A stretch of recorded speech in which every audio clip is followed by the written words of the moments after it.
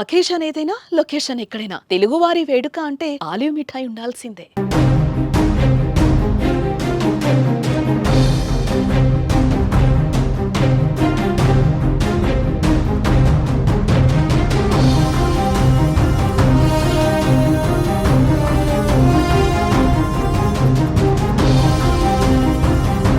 Big breaking news చూస్తున్నాం. ఇది తెలుగు వారిని విషాదంలోకి ముంచే వార్త.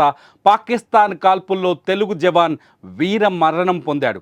పాక్ కాల్పులను ధైర్యంతో ఎదుర్కొనే క్రమంలో దేశం కోసం ప్రాణాలర్పించాడు. ఏపీలోని సత్యసాయి జిల్లా గోరంట్ల మండలం కల్లితండాకు చెందిన మురళీ నాయక్ జమ్మూ కాశ్మీర్లో పాకిస్తాన్ జరిపిన కాల్పుల్లో చనిపోయాడు.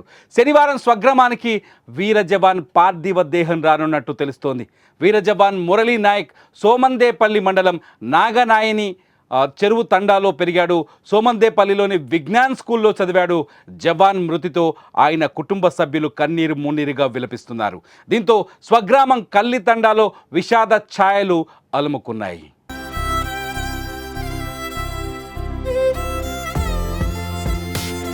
పహల్గాం దాడి తర్వాత పాక్ కాల్పులు సరిహద్దుల్లో కాల్పులు జరుపుతోంది పాకిస్తాన్. ఆపరేషన్ సింధూర్ అనంతరం ఈ కాల్పులు మరింత తీవ్రతరం చేసింది. సరిహద్దు రాష్ట్రాలపై పాకిస్తాన్ సైన్యం దాడులు చేస్తోంది. దీన్ని భారత సైన్యం ధీటుగా తిప్పికొడుతోంది. ఈ యుద్ధంలో ఇప్పటికే పలువురు సైనికులతో పాటు సామాన్యులు కూడా మరణించారు. వారిలో తెలుగు జవాన్ మురళీ నాయక్ కూడా ఉన్నాడని తేలింది. మురళీ నాయక్ మరణ వార్త తెలిసి స్థానికులు వీధుల్లో ఆయన ఫోటోలు పెట్టి నివాళులర్పిస్తున్నారు.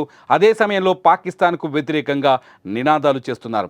మురళీ నాయక్ మృతి పట్ల ఆంధ్రప్రదేశ్ ముఖ్యమంత్రి నారా చంద్రబాబు నాయుడు సంతాపం తెలియజేశారు. దేశ రక్షణలో శ్రీ సత్యసాయి జిల్లా పెనుగొండ శాసనసభ నియోజకవర్గం గోరంట్ల మండలానికి చెందిన మురళీ నాయక్ అనే సైనికుడు ప్రాణాలు కోల్పోవడం విషాదకరమన్నారు ముఖ్యమంత్రి చంద్రబాబు నాయుడు. దేశం కోసం ప్రాణాలర్పించిన అమరవీరుడు మురళీ నాయక్ ఆయన నివాళులర్పించారు. ఆయన కుటుంబ సభ్యులకు ప్రగాఢ సానుభూతిని తెలియజేస్తున్నానంటూ చంద్రబాబు నాయుడు ట్వీట్ చేశారు.